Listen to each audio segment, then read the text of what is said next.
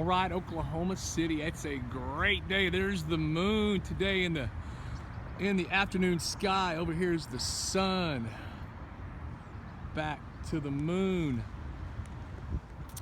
You know, I talk about the moon and sun all the time because to me, that is one of the ways to prove this flat world we live on. And we've been told that the shadow of the earth makes the shadow on the moon. Shadow from the earth makes the shadow on the moon because of the sun being in between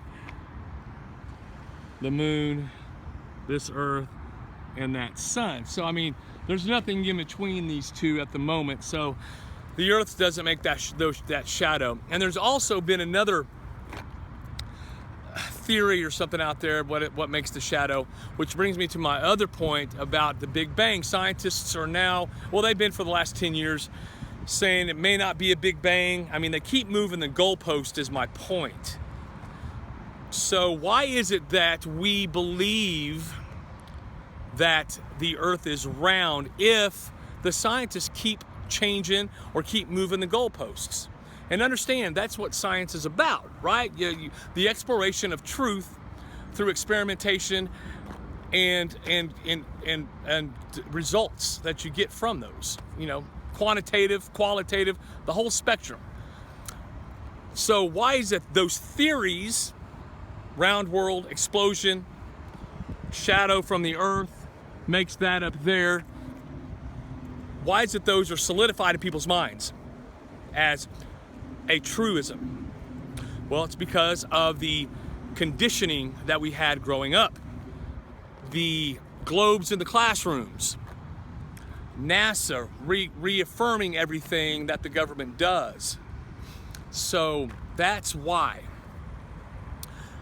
So we've got to stop and understand that everything that they've been telling us is, for lack of being nice, they're theories. But being truthful, they're lies. Okay? They come up with all these grandiose formulas and math equations and things that this what could be. We're going to Mars.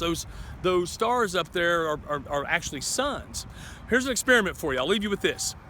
Welder's hats. You know, the frame, you know, they weld with that you can see a bright light with. Find some of that tempered glass. You know, maybe if you have a welder's helmet, go out, look at the sun.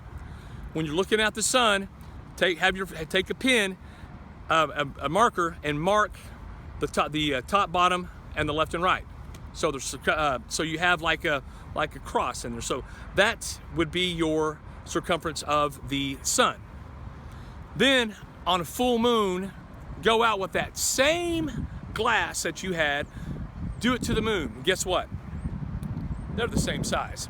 Now, does that mean they're underneath this firmament? Could it be that heliocentric model that they say the sun is, or the moon is however many times smaller than the moon? That's why it's exact. Well, no.